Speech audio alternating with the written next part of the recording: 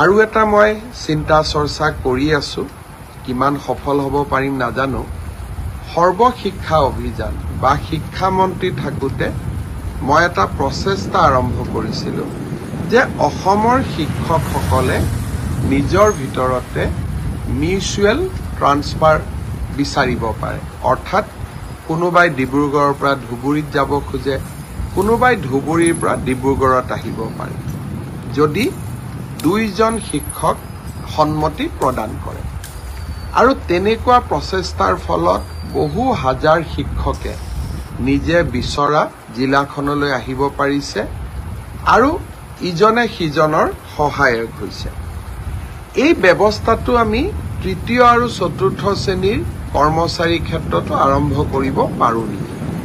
শিক্ষকসকলৰ বাবে যি ব্যৱস্থা সফলভাৱে আমি ৰূপায়ণ কৰিব পাৰিছোঁ, সেই ব্যৱস্থাটো আমি তৃতীয় আৰু চতুৰ্থ শ্ৰেণীৰ কৰ্মচাৰীসকলৰ বাবেও যদি ৰূপায়ণ কৰিব পাৰোঁ, অসমৰ বহু তৃতীয় আৰু চতুৰ্থ শ্ৰেণীৰ কৰ্মচাৰীয়ে চৰকাৰৰ কোনো অসুবিধা নোহোৱাকৈ নিজে বিচৰা জিলাখনলৈ তেওঁলোকে ট্ৰান্সফাৰ ল'ব পাৰিব।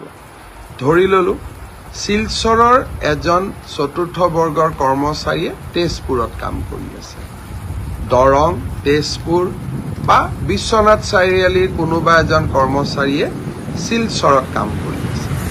এতিয়া দুইজনে যদি কথা পাতি এটা মিউচুৱেল ট্ৰান্সফাৰৰ আমাক আবেদন কৰে, পাৰস্পৰিক বদলিৰ, আমি তাত কৰি দিলে চৰকাৰৰ কোনো অসুবিধা নহয়। কিন্তু এই ব্যৱস্থা শিক্ষকৰ ক্ষেত্ৰত আছিলে, তৃতীয় আৰু চতুৰ্থ বৰ্গৰ শ্ৰেণীৰ কৰ্মচাৰীৰ ক্ষেত্ৰত নাছিলে। কেনেকে কৰিব পাৰোঁ মই তাক ভাবি আছো। তাৰ বাবে এটা পৰ্টেল লাগিব, আবেদনৰ প্ৰক্ৰিয়া লাগিব, সময়সীমা লাগিব, ইজনে সিজনৰ লগত কথা পতাৰ সুবিধা দিব লাগিব।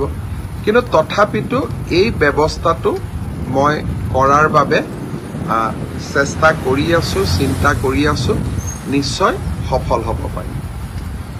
1 লাখ নিযুক্তিৰ প্ৰক্ৰিয়াক আগুৱাই লৈ গৈ অহাকালি শ্ৰীমন্ত শংকৰদেৱ কলাক্ষেত্ৰত আমি শিক্ষা বিভাগত কেইবাটাও নতুন নিযুক্তি দিম। লগতে APDCL অৰ্থাৎ আমাৰ পুৰণা যি ASCB, আজিকালি আমি APDCL বুলি কওঁ, Assam power distribution corporation limited, তেওঁলোকেও যোৱাকালি কেইবাটাও নিযুক্তি দিব।